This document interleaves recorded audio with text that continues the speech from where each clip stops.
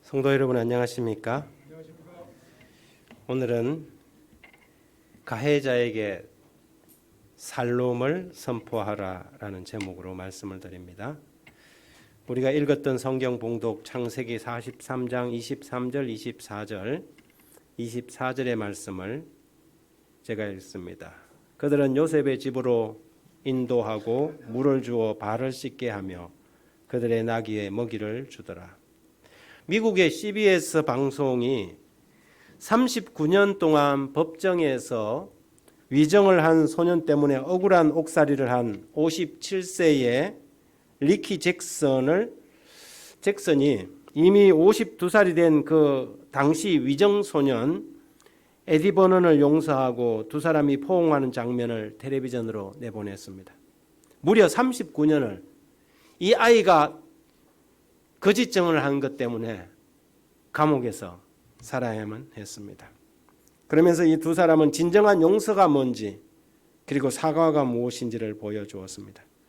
1975년 5월 잭슨은 두 친구와 함께 클리블랜드의 한 가게에서 주인을 총으로 쐈다는 누명을 쓰고 붙잡혔는데 현장에 있지도 않았던 이 버넌이라는 이 어린 아이가 경찰이 시키는 대로 자기가 총을 쏘는 것을 봤다고 진술하므로 배심원들은 그에게 사형을 선고했고 법정은 종신형을 내렸습니다.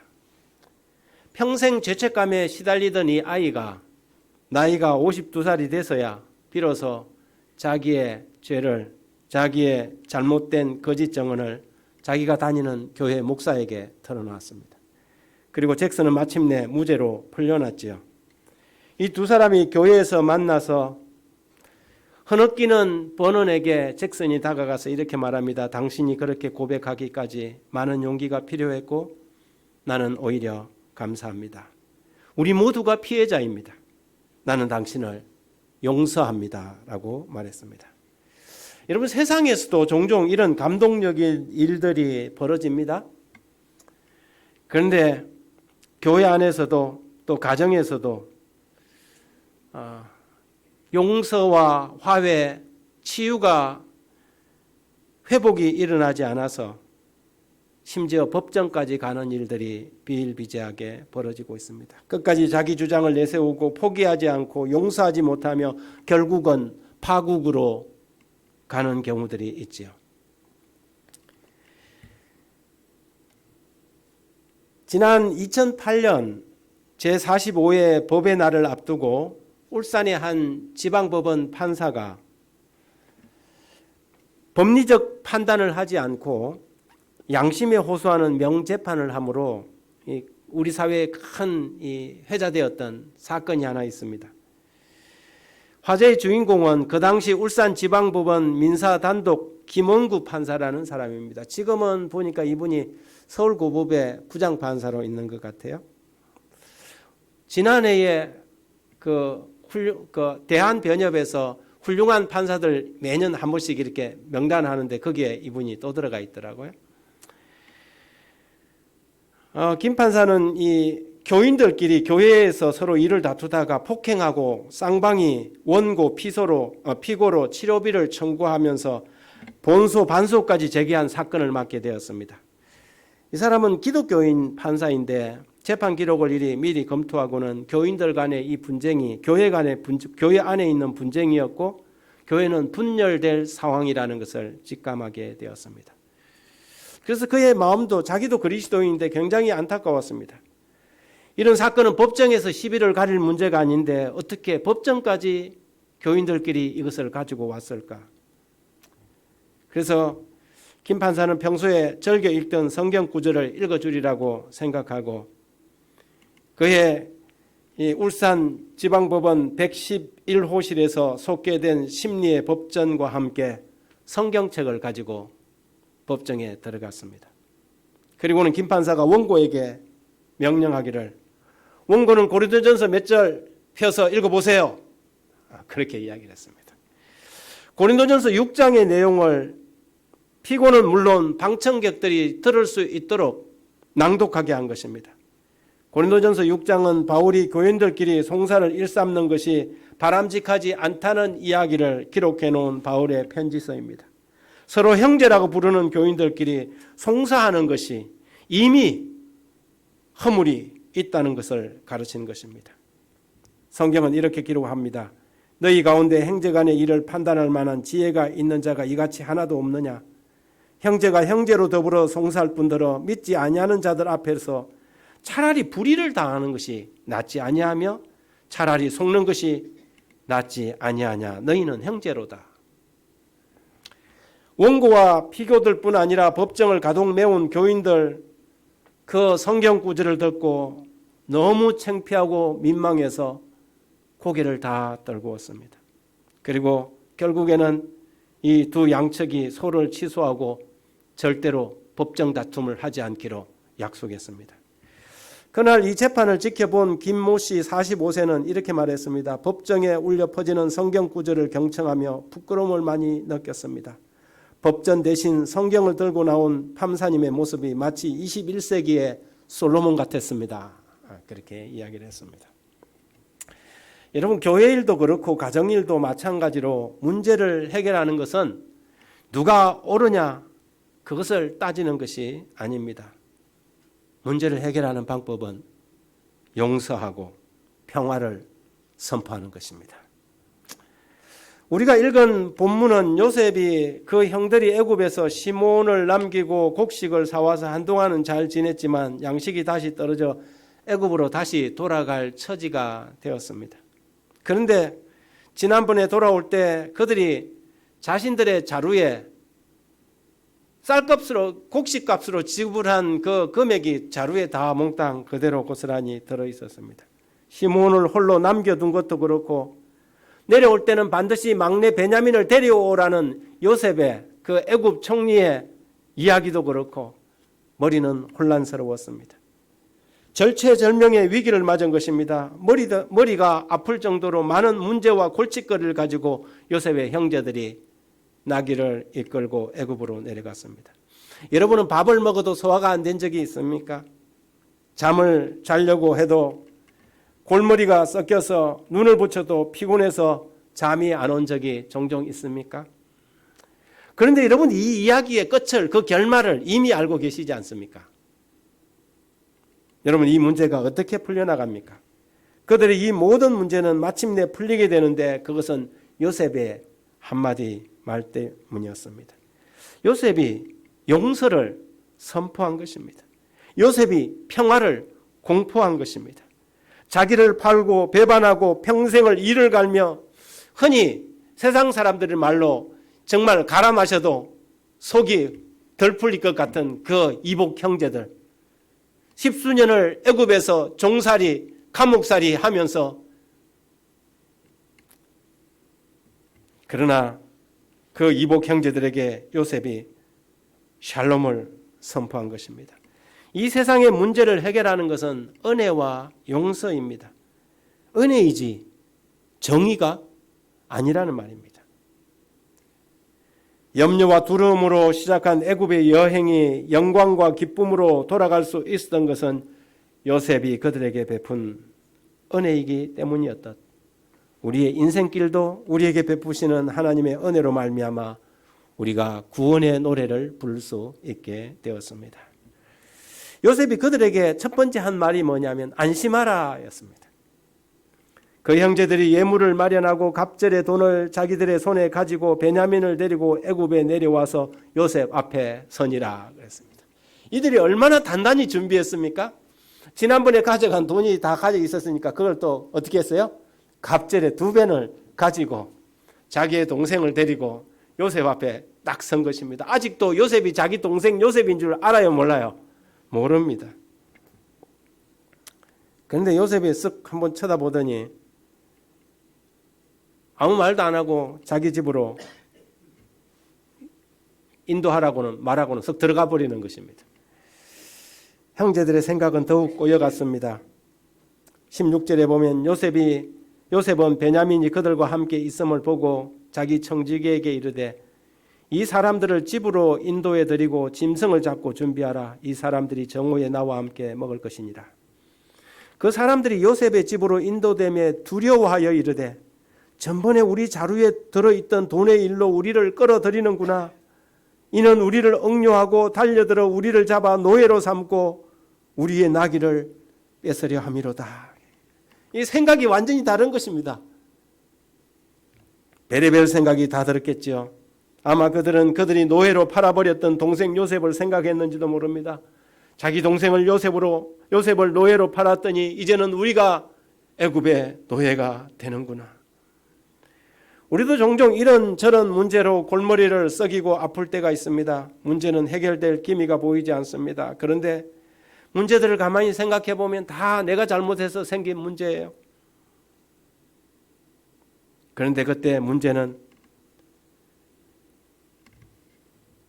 하나님이 샬롬을 선포함으로 끝이 납니다. 마치 요셉이 두려움에 떨고 있던 그 형제들에게 용서를, 평화를 선포함으로 끝났던 것처럼 말입니다. 그가 이르되 너희는 안심하라. 두려워하지 말라. 너희 하나님, 너희 아버지의 하나님이 재물을 너희 자루에 넣어 너희에게 주신 것이니라.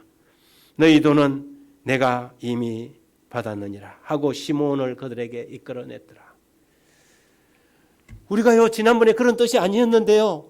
가다 보니까 자루 속에 돈이 들어있었어요. 왜 이게 우리 자루 속에 있는지는 모르겠어요.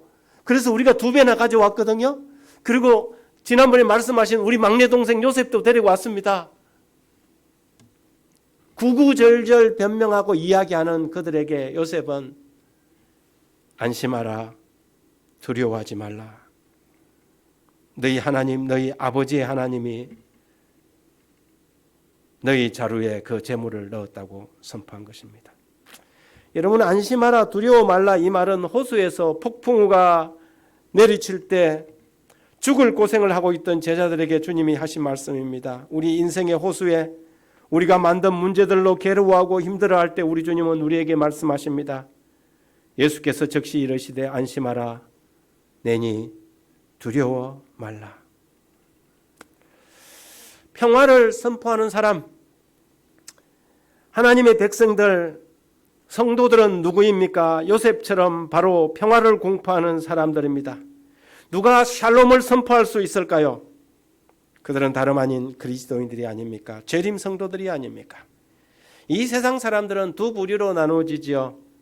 가해자 혹은 피해자입니다. 누가 평화를 샬롬을 선포할 수 있습니까? 가해자입니까? 피해자입니까?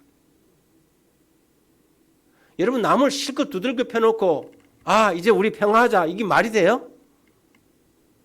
가해자는 평화를 선포할 권리가 없습니다. 가해자는 평화를 선포할 권리가 없죠. 가해자는 처벌을 받을 책임만 있는 것입니다. 그런데 평화는 어떻게 오는가?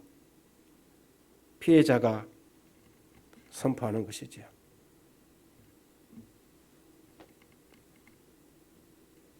우리가 다 잊자, 용서한다. 그럴 때 모든 것이 끝이 나는 것입니다. 이것이 십자가 정신입니다. 주님은 십자가에서 우리를 그렇게 용서하셨습니다. 2008년 12월 여러분 기억하십니까? 미국의 전투기 한 대가 샌디에고 상공에서 추락을 했습니다. 근데 그 비행기가 한 민가에 떨어진 것입니다.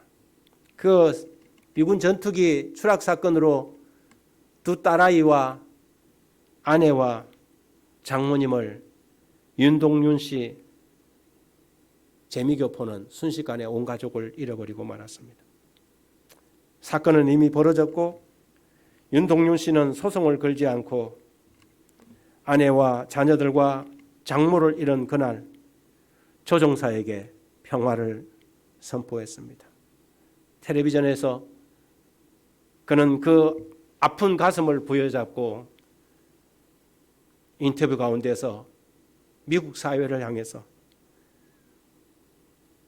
사고를 일으킨 조종사가 너무 힘들어하지 않도록 여러분 기도해 주십시오. 온 미국이 깊은 감동으로 뒤집어졌습니다. 그리고 수많은 성금들이 그에게 보내졌습니다. 그런데 그는 그것마저도 고아원과 기독교 단체에 다 기부하고 다시 한번 미국 사회를 감동시켰습니다.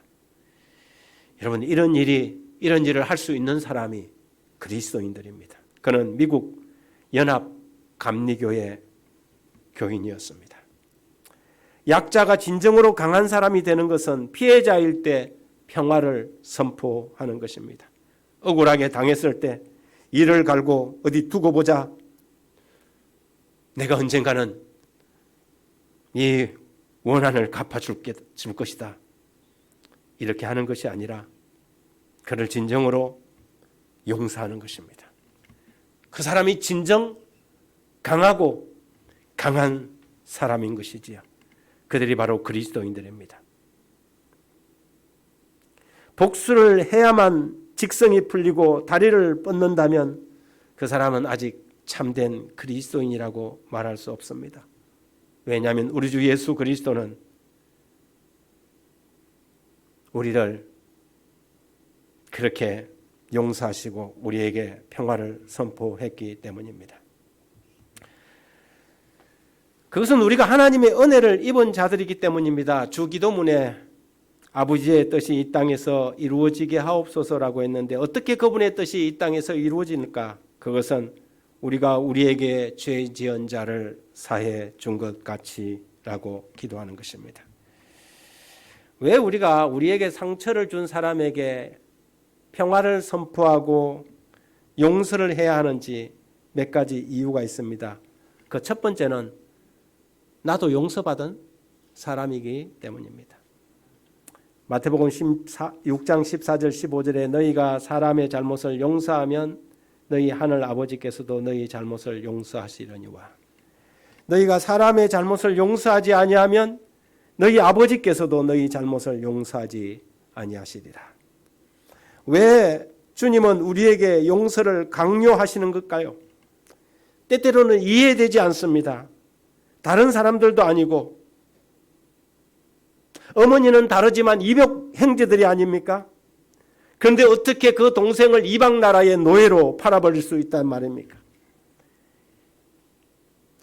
정말 이해할 수 없는 상황에 대해서 요셉은 왜 내가 용서해야 합니까? 라고 수없이 되뇌지 않았겠습니까? 그런데 감옥에서 요셉은 이런 찬양을 불렀을 것입니다. 요셉의 아리아라는 노래에 보면 옳은 일을 하는 줄 알았어요. 해답을 아는 줄 알았어요. 바른 길을 걷는 줄 알았지만 여기까지 왔어요. 어떻게 날 도우실지 당신께 요청했지만 이제 다 내려놓는 순간 깨닫게 되었어요.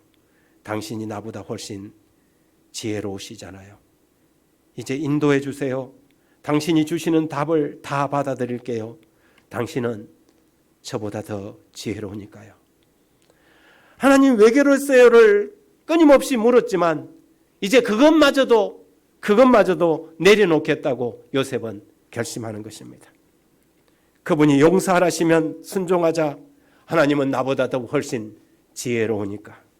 여러분, 용서되어져서 용서하는 것 아닙니다. 용서되어져서 용서하는 것 아니에요. 용서하라고 말씀하시니까 용서하기로 순종하는 것입니다. 여러분 마음속에 용서가 되지 않더라도 용서하십시오. 그것이 하나님의 명령이에요. 그런데 하나님의 이 명령을 순종하기로 마음에 결심하는 순간 기적은 일어나는 것입니다. 전혀 용서할 수 없었던 그 사람까지도 우리 마음속에서 용서가 되어지는 은혜가 경험되어지는 것이지요. 내가 용서할 수 있을 때까지 기다리지 마십시오. 용서가 안 되더라도 하나님 용서하라니까 제가 이해가 되지 않더라도 하나님이 저보다 더 지혜로우신 분인 줄 믿으니까 용서할게요. 두 번째 이유는 사단의 함정에 빠져들지 않기 위해서입니다. 고린도후서 2장 10절 11절에 너희가 무슨 일이든지 누구를 용서하면 나도 그러하고 만일 용서한 일이 있으면 용서한 그것은 너희를 위하여 그리스도 앞에 한 것이니 이는 우리로 사단에게 속지 않게 하려 합니다. 용서는 사단의 함정에 빠져들지 않기 위한 것입니다.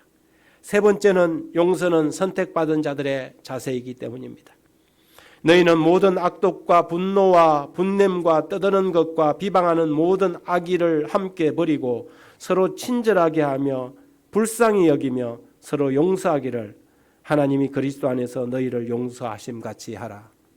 하나님이 그리스도 안에서 우리를 어떻게 용서하셨습니까?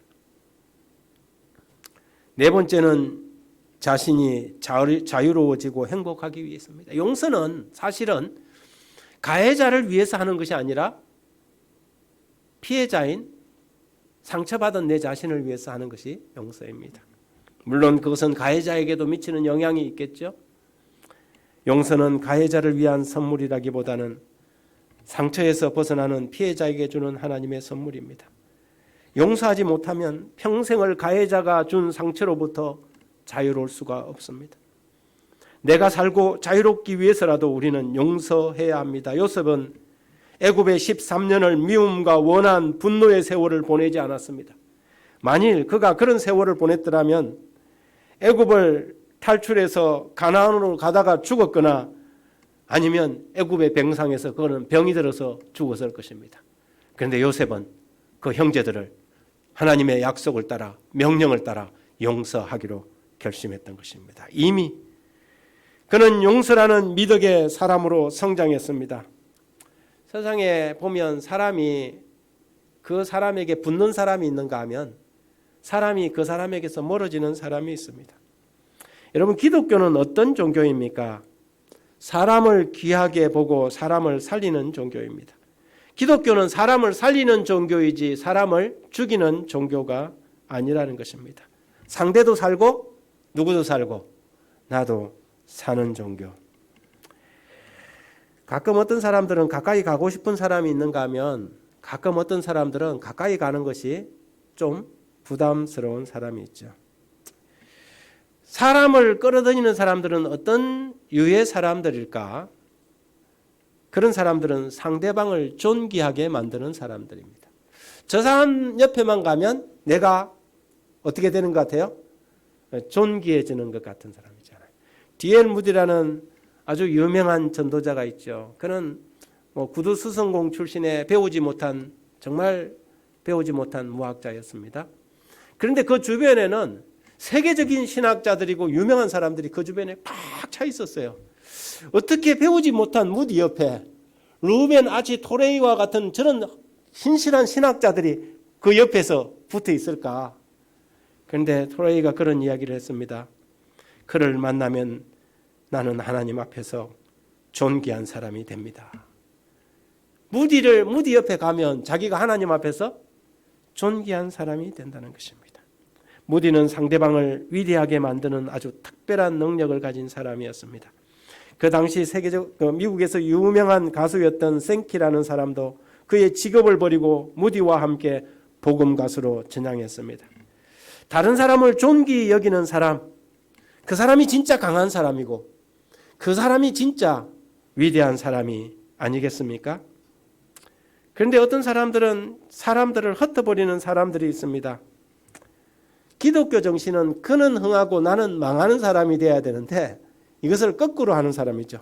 항상 나만 옳은 것입니다. 항상 나만 옳고 나만 바르고 나만 똑똑한 것이죠. 그 사람 옆에 가면 괜히 기분이 나빠져요. 항상 지만 옳고 나는 틀린 것 같은 생각이 드는 거죠. 사람을 존귀하게 만들지 않고 사람을 비참하게 만드는 거예요. 여러분, 이런 그리스도인들은 되지 말아야 합니다. 사람을 존귀하게 여기고 틀린 사람을 만나더라도 야, 너 틀렸잖아가 아니라 그 사람을 존귀하게 여길 수 있는 사람. 여러분, 세상에 지적을 받고 고쳐지는 사람은 없지만 존대를 받고 사랑을 받는 사람은 자기 자신을 변화시킵니다.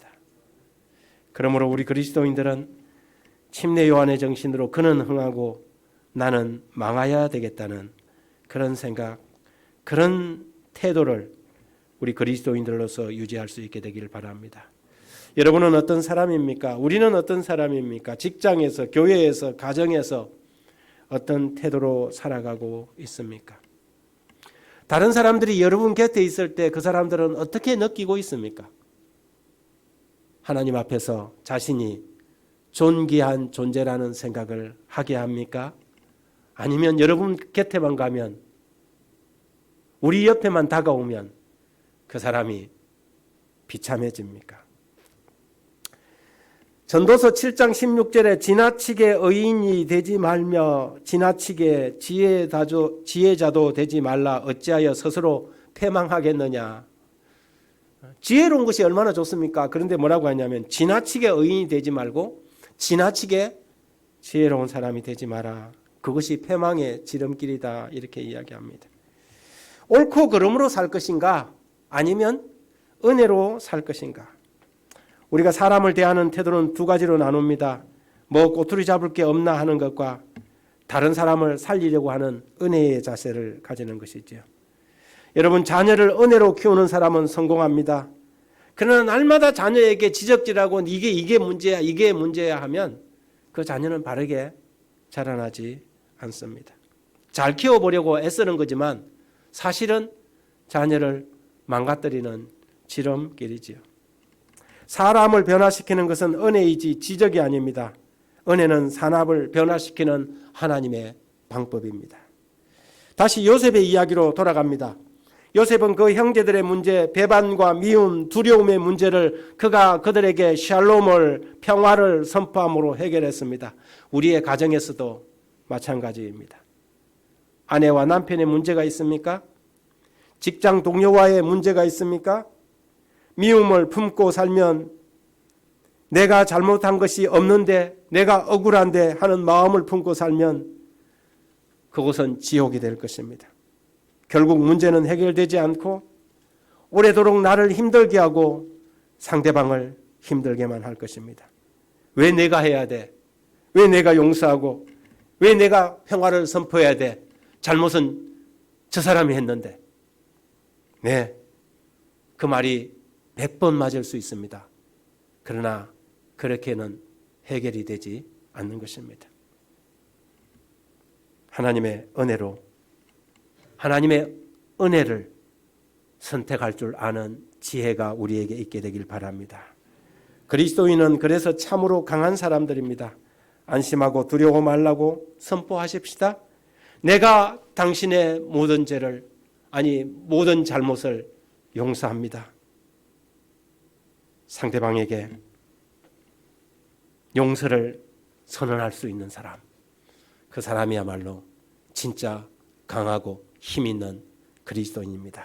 우리의 직장에서, 우리의 가정에서, 교회 안에서, 우리가 사는 공동체 안에서 정말 강하고 하나님을 닮은 힘 있는 재림 성도들 되길 바라며 말씀을 마칩니다.